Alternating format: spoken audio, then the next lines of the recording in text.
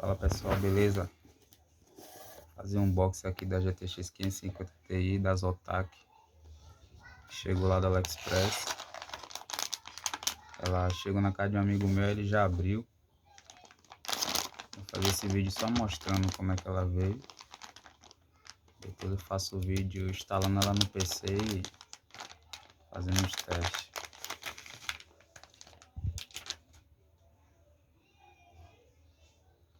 Aparentemente está zero.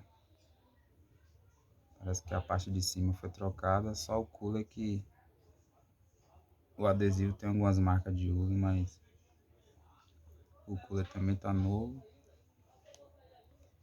Tem entrada DVI, uma VGA, um HDMI. Essa placa aqui também parece que foi trocada, tá nova. Aí o homem nunca cai. Não. A parte de cima não tem marca nenhuma.